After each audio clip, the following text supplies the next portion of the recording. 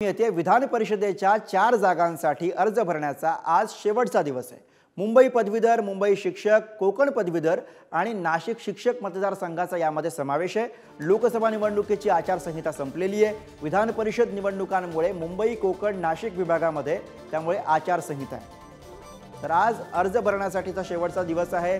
विधान परिषदेच्या 4 जागांसाठीची निवडणूक होते आहे आणि आज या सगळ्या जागांसाठी अर्ज भरण्याचा शेवटचा दिवस आहे। मुंबई पदवीधर, मुंबई शिक्षक, कोकण पदवीधर आणि नाशिक शिक्षक या 4 मतदारसंघांचा या निवडणूक होत असलेल्या 4 मतदारसंघांमध्ये समावेश आहे।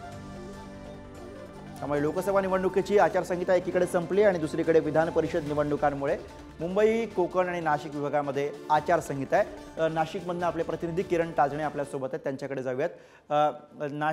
एकूणच आपण जर का किरण बोलायचं झालं, आज शेवटचा दिवस आहे अर्थात अर्ज भरण्याचा, पण त्या निमित्तानं सुद्धा नवे ट्विस्ट येताना या निवडणुकीमध्ये आपल्याला बघायला मिळतात।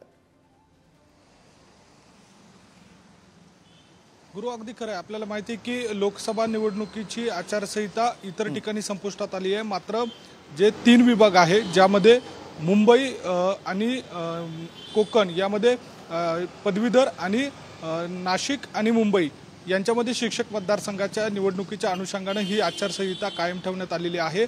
विभागामध्ये ही आचारसंहिता असल्यामुळे इतर जिल्हे देखील यामध्ये येतात।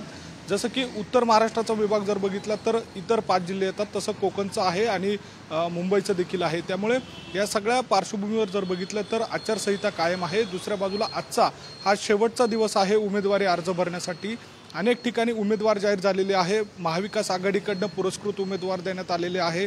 महायुतीचे जे घटक पक्ष आहेत त्यांच्याकडनंही उमेदवारी देण्यात आलेली आहे। त्यामुळे वेगवेगळे ट्विस्ट या निवडणुकीमध्ये बघायला मिळत आहे। मात्र नाशिकमध्ये जर विचार केला तर महायुतीकडनं अद्यापही उमेदवार निश्चित करण्यात आलेला नाहीये।